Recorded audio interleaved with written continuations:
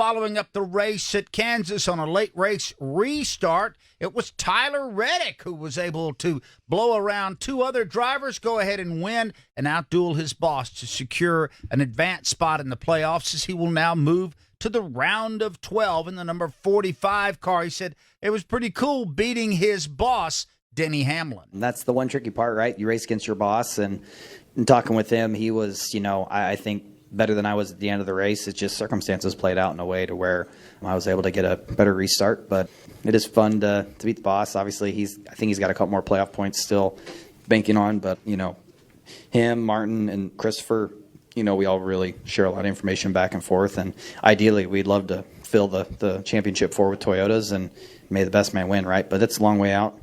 All right, tricky situation, but he pulls it off, Alexis. He goes up and beats the guy that signs his checks. Yeah, I think that's the plan, right? You go to the racetrack wanting to win races. That's why Denny Hamlin hired him, is to go out and do everything he absolutely can to get checkered flags and to get wins, and he did that today. So not only should he be happy about what he did, but Denny Hamlin should too. Obviously, I think the trickier emotions are probably Denny Hamlin's, because not only does he want to win that race for himself and for Joe Gibbs Racing, but he also wants, his team that he owns in 2311 to do well. So, probably a little bit of tricky emotions for him yesterday, but a win nonetheless for him, either owner or driver. So Denny Hamlin stays hot in the playoffs. He finishes second to his driver, Tyler Reddick. And how about that, Denny? Not enjoying the 45 winning rate in this second for sure. On Sundays, certainly I'm a driver first. And, when it was our first couple, you're super excited for them.